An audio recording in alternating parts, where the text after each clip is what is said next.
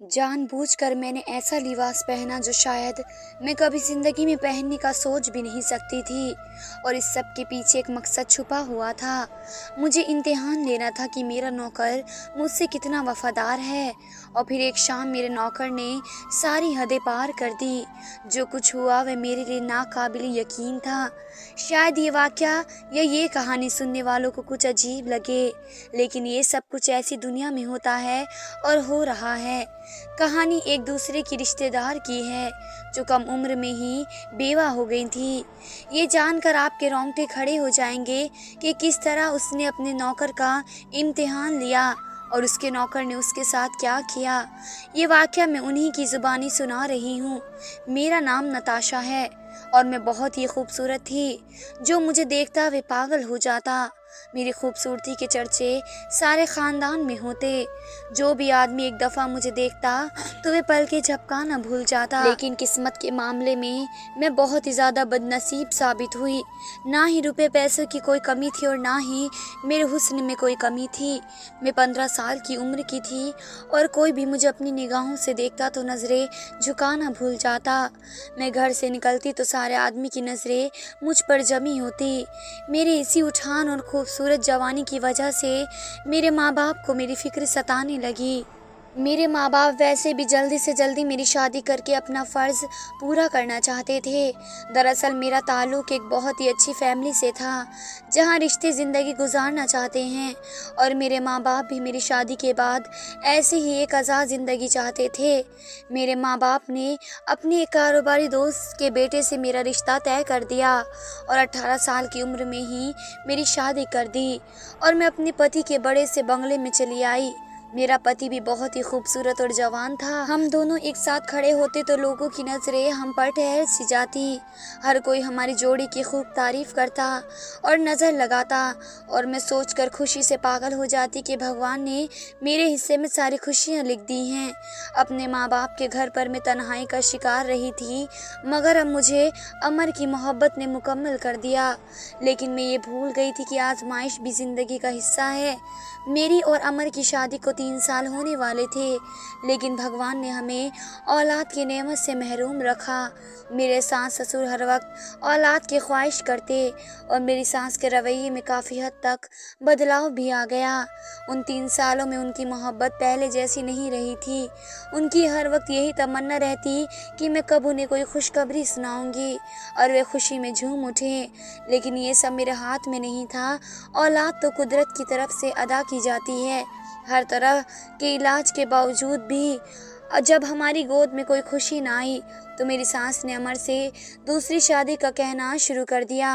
और अमर मुझसे सच्ची मोहब्बत करते थे, इसलिए पहले तो उन्होंने अपनी माँ को साफ इनकार कर दिया, लेकिन रोज़ रोज़ की बढ़ती हुई ज़िद के दबाव की वजह से वे मुझे लेकर एक दूसरे बंगले में शिफ्ट हो गए। मुझे लगता था कि शायद अब ज़िंदगी में कुछ सुकून आ जाएगा, लेकिन मेरी ये सोच कुछ ही दिनों की मेहमान साबित हुई।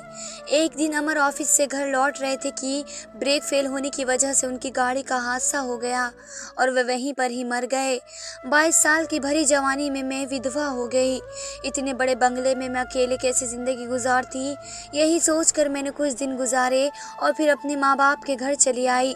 लेकिन वे कहते हैं ना कि रुखसत होने के बाद बेटियां पराई हो जाती हैं। बिल्कुल सच ही कहते हैं। लेकिन कुछ महीनों में ही मेरी भाभीयों ने मुझे ताने देना शुरू कर दिया। उनके लिए मैं सिर्फ बोझ के सिवा और कुछ नहीं थी। अपने ख़ानदान के अजीब अजीब लड़कों के रिश्ते वे मेरे लिए लेकर आने लगी।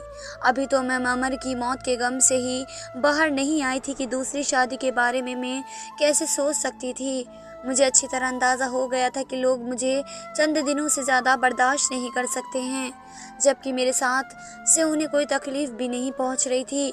उनके रवैये को देखते हुए मैंने फ़ैसला किया कि मैं अमर के बंगले में वापस शिफ्ट हो जाऊंगी। तन्हा ज़िंदगी गुजारना इन लोगों के साथ ज़िंदगी गुजारने से बेहतर है, जो मेरे मुंह पर तो बहुत अच्छे थे, लेकिन मेरे पीठ पीछे मुझे सिर्फ अपनी ज़िंदगी से निकालना चाहते थे। मैं अपनी माँ के घर से वापस अपने बंगले में आई। अमर का कारोबार बाबा ने संभाला हुआ था और खर्चे की एक रकम मेरे अकाउंट में ट्रांसफ़र होने लगी थी। मैं शुरू से ही नाज़ों में पली बड़ी थी, इसलिए कामकाज की तो मुझे ज़्यादा आदत नहीं थी। हमेशा नौकर चाकर मेरे आगे पीछे रहे थे, लेकिन इतने दिन बंगला बंद रहने की वजह से सारे ही नौकर काम छोड़ कर गए। अलबत्ता मेरी एक पुरानी नौकरानी मेरे साथ चली आई थी, लेकिन मैं बहुत ज़्यादा बीमार हो गई। उसने मुझसे छुट्टी की रिक्वेस्ट की तो मैं परेशान हो गई, क्योंकि उसके बगैर तो मैं बिल्कुल भी गुजारा नहीं कर सकती थी। मैं कहने लगी, बीबी जी मैं गांव जाऊंगी तो वापस से अपने भाई को भेज दूंगी। वह आपके सारे कामकाज कर देगा और आपका बहुत ख्याल भी रखेगा। मैंने उससे कहा कि पहले अपने भाई को बुलाओ और फिर चली जाओ, ताकि उसे काम की बता सके। वे फ़ौरन मान गए और उसने अपने भाई को गांव से बुला लिया। उसका भाई एक 17 साल का खूबसूरत और एक जवान लड़का था, जिसे देखकर मैं चौंक गई थी। मुझे तो लगा था कि कोई 13-14 साल का बच्चा होगा, लेकिन ये तो अच्छा खासा जवान लड़का था। मेरी नौकरानी ने उसे घर का सारा काम समझा दिया। वे लड़का बहुत ही भला था, बहुत तेज़ी से हाथ चलाकर सारे कामकाज कर रहा था। 2 दिन में उसकी बहन ने उसको सारा काम समझा दिया और उसके बाद वे मुझसे कुछ महीनों की छुट्टी लेकर गांव चली गई।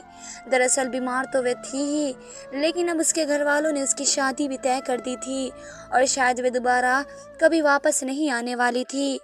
मेरी नौकरानी चली गई और उसका भाई बंगले के सर्वेंट क्वार्टर में शिफ्ट हो गया। ज़्यादा लोग नहीं थे, इसलिए मैं ज़्यादा नौकरों की झंझट भी पालना नहीं चाहती थी। उस नौकरानी के भाई का नाम यश था। अगली सुबह यश नाश्ता लेकर कमरे के दरवाजे पर मौजूद हुआ। मैं रोज़ाना सुबह 10 बजे ही नाश्ता करती थी। मैंने उसे कमरे के अंदर ही बुला लिया। मैं अभी तक नाइट ड्रेस में ही थी और बिस्तर पर लेटी हुई थी।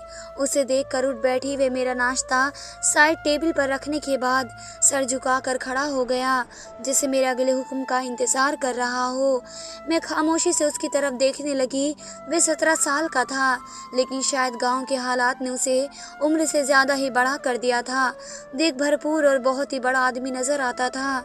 जाने क्यों अचानक ही मुझे उसकी मौजूदगी से घबराहट सी महसूस होने लगी, क्योंकि इतने बड़े बंगले में मेरे साथ अकेला था और दूर दूर तक कोई नहीं था। ये सोचकर ही मुझे खौफ आने लगा कि मैं भी जवान हूँ और वैसे भी मेरी खूबसूरती पर तो बहुत से आदमी मरते थे, कहीं यश की नीयत भी ना बदल जाए। मैंने बिना सोचे समझे एक जवान लड़के को अपने पास रख लिया, जबकि मुझे इस बात का ख्याल रखना चाहिए था कि मैं खुद भी एक जवान बेवा हूँ और इतने बड़े घर में तन्हा हूँ। मैंने यश को दिन भर के ढेर सारे काम बता दिए और वे फ़ौरन ही कामों पर लग गया, लेकिन मेरे दिल और दिमाग में यही सवाल आ रहा था। मैंने सोचा था कि किसी भरोसेमंद नौकरानी का इंतज़ाम कर लूँगी और फिर यश को निकाल दूँगी। मुझे अपने घर से आए काफ़ी दिन हो गए थे, लेकिन मेरे घर से अब तक कोई मुझसे मिलने के लिए नहीं आया। मेरे माँ बाप अपने पोता पोतियों में इस कदर मसरूफ़ थे कि शायद उन्हें मेरी तन्हाई का एहसास भी नहीं रहा। ससुराल वाले तो पहले ही मुझे नापसंद करने लगे थे। उनके लिए मेरा होना ना होना बराबर ही था। मुझे समझ नहीं आ रहा था कि नई नौकरानी के लिए किससे कहूँ। और फिर इत्तेफाक से उसी दिन मेरी एक पुरानी दोस्त मुझसे मिलने के लिए चली आई, जो शादी होकर बाहर शहर गई थी और अब छुट्टियों में वापस आई थी। तो उसे मेरा बेवा होने की खबर मिली थी। मैं उसके गले लगकर बहुत ही ज़्यादा तड़पी। मेरी बर्बादी की दास्तां सुनकर वह भी बहुत दुखी हो गई। काफ़ी देर हम दोनों ऐसे ही बातें करते रहे और फिर मैंने उसे बताया कि मैं अपने घर के कामकाज के लिए एक भरोसेमंद नौकरानी को ढूंढ रही हूँ। यश को देखकर वह कहने लगी, ये लड़का तो सही और काम भी अच्छा कर रहा है, फिर तुम्हें क्या ज़रूरत नई नौकरानी ढूंढने की।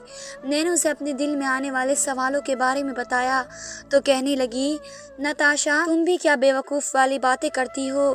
खुद ही कह रही हो कि उसकी बहन सालों से तुम्हारी वफादार नौकरानी है और यश भी बहुत शरीफ है, और फिर खुद ही परेशान भी हो रही हो।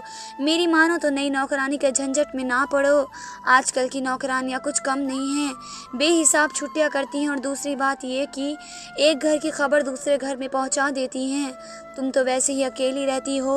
भगवान न करे कि कहीं तुम्हें वह नौकरानी कोई नुकसान न पहुँचा दे। अपनी दोस्त की बात सुनकर तो मैं और भी परेशान हो गई। वे ठीक ही तो कह रही थी। यश पर तो मैं फिर भी बहुत ज़्यादा भरोसा करती थी, लेकिन बिल्कुल नई नौकरानी पर कैसे भरोसा कर सकती थी। जाते जाते वे कहने लगी कि अगर ऐसा ही है तो यश का टेस्ट ले लो। दूध का दूध और पानी का पानी हो जाएगा। उसकी बात मुझे कुछ कुछ समझ आ गई। उसका मशवरा मुझे ठीक ही लगा। मैंने सोचा कि मैं एक दफ़ा यश का टेस्ट लेती हूँ और अगर वह पास हो जाता है तो मैं उसे हमेशा के लिए ही अपने पास रख लूँगी, क्योंकि ना ही उस बंगले को छोड़ने का मेरा कोई इरादा था और ना ही दूसरी शादी करने का। वैसे भी मुझे इस बात का यकीन आ गया था कि कुदरत ने मेरी किस्मत में औलाद नहीं लिखी है, तो फिर दूसरी शादी करके भी मुझे क्या हासिल हो जाता। इसलिए मैंने अकेले ज़िंदगी गुजारने का फ़ैसला कर लिया था और मेरे इस फैसले की वजह से मेरे माँ बाप मुझसे दूर हो गए थे। वे दोनों ही जल्दी से जल्दी मेरी दूसरी शादी के लिए दबाव डाल रहे थे और मैंने साफ साफ कह दिया था कि अब मेरी ज़िंदगी में किसी मर्द की कोई जगह नहीं है। मैंने तन्हा रहने का फ़ैसला भी कर लिया था और यश का इम्तिहान लेने का भी सोच लिया था। मैं पैसों और इज़्ज़त दोनों ही मामले में उसका टेस्ट लेना चाहती थी। इसलिए शाम के वक्त मैंने जानबूझकर बहुत सारे पैसों से भरा हुआ बैग किचन में छोड़ दिया और खुद अपने घर से निकल पड़ी। मैं देखना चाहती थी कि उस बैग के साथ क्या करेगा। 2 घंटे तक मैं बाजार में घूमती रही।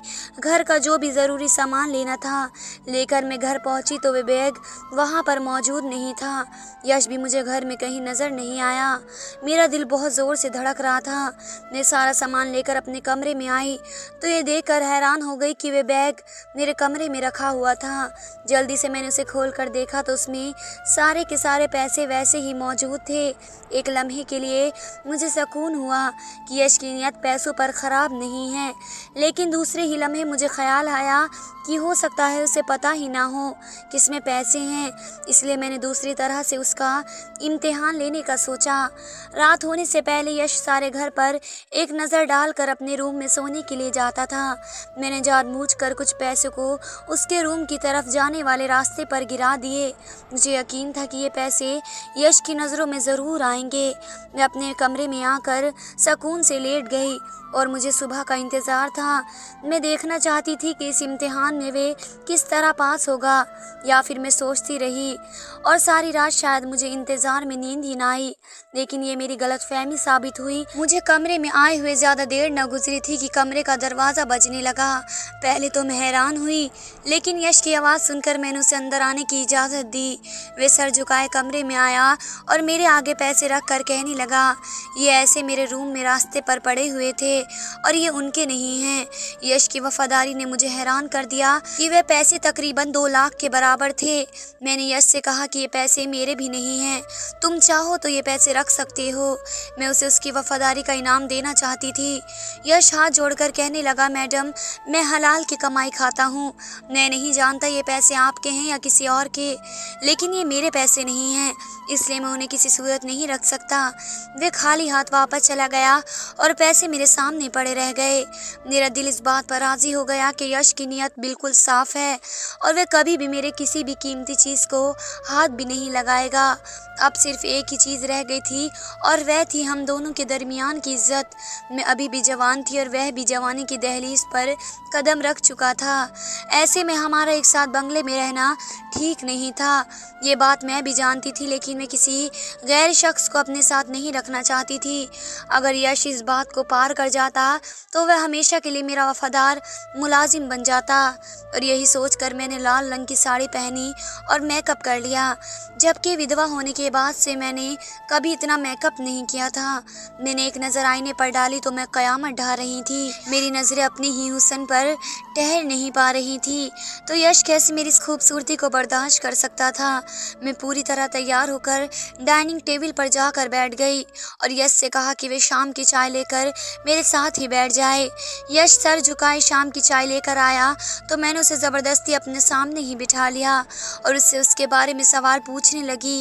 वे कभी कभी मुझे नज़र उठाकर देखता और कभी फिर फ़ौरन ही नज़र झुका लेता। मुझे इसका अंदाज़ बहुत ही अच्छा लग रहा था। उसने एक दफ़ा भी नज़र भर के मुझे नहीं देखा। यश मेरे हर सवाल का जवाब बहुत ही अच्छे अंदाज में दे रहा था।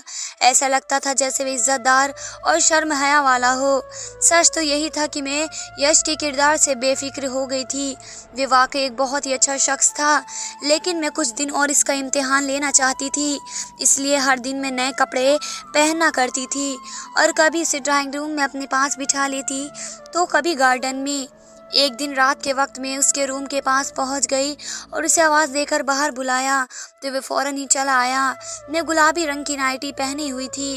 मुझे यकीन था कि यश मुझे एक नज़र भर कर ज़रूर देखेगा, लेकिन वह आज भी सर झुकाए खड़ा था। मैंने यश से कहा कि मुझे नींद नहीं आ रही है, वे मुझे कॉफ़ी बना कर दे दे। वे मेरे पीछे पीछे ही चला आया।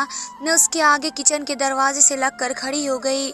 मेरे बाल पूरी तरह खुले हुए थे और मेरी नज़रें यश पर जमी हुई थी, लेकिन वे पूरी तरह कॉफ़ी बनाने में मगन था। उसने कॉफ़ी बनाकर मेरे आगे रख दी और जिस तरह आया था उसी तरह वापस चला गया। उसके इस अंदाज ने मुझे पूरी तरह चौंका कर रख दिया। वे किसी तरह मेरी खूबसूरती से नज़र चुरा गया था। ये बात मेरे लिए बिल्कुल अनोखी थी।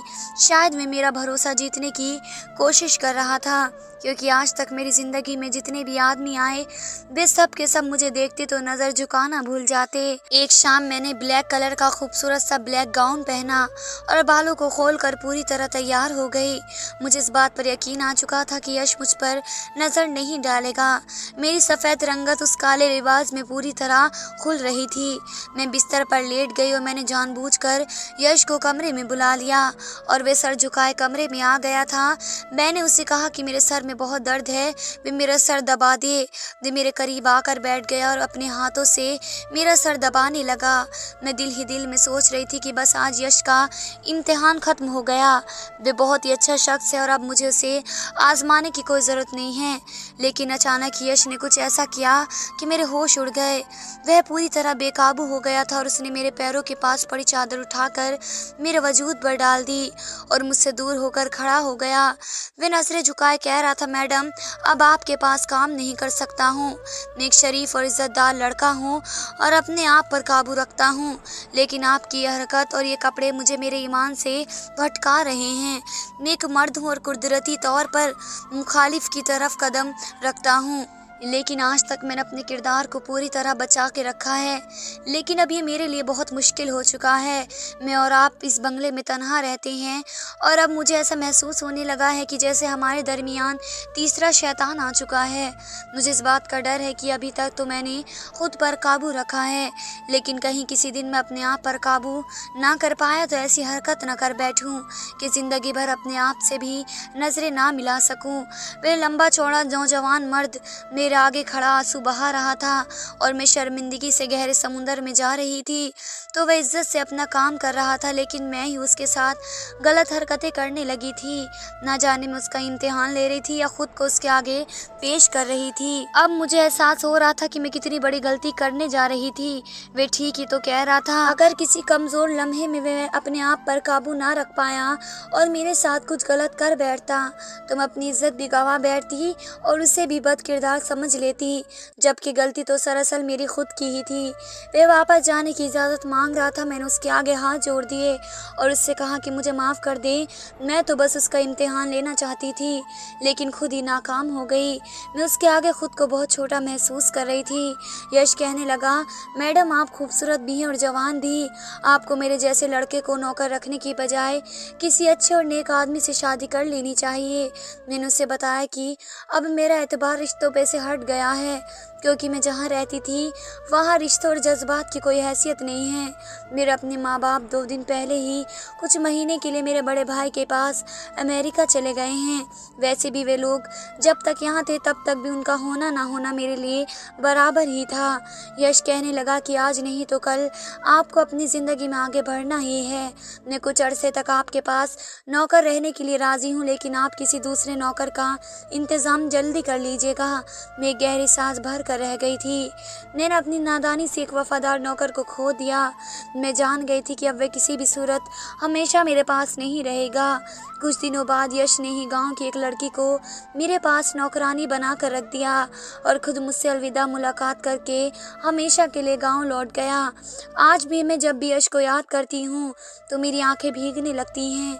वे आज के दौर में एक नेक इंसान था, जिसने कई बार मौका मिलने के बावजूद भी कभी मुझ पर बुरी नज़र नहीं डाली।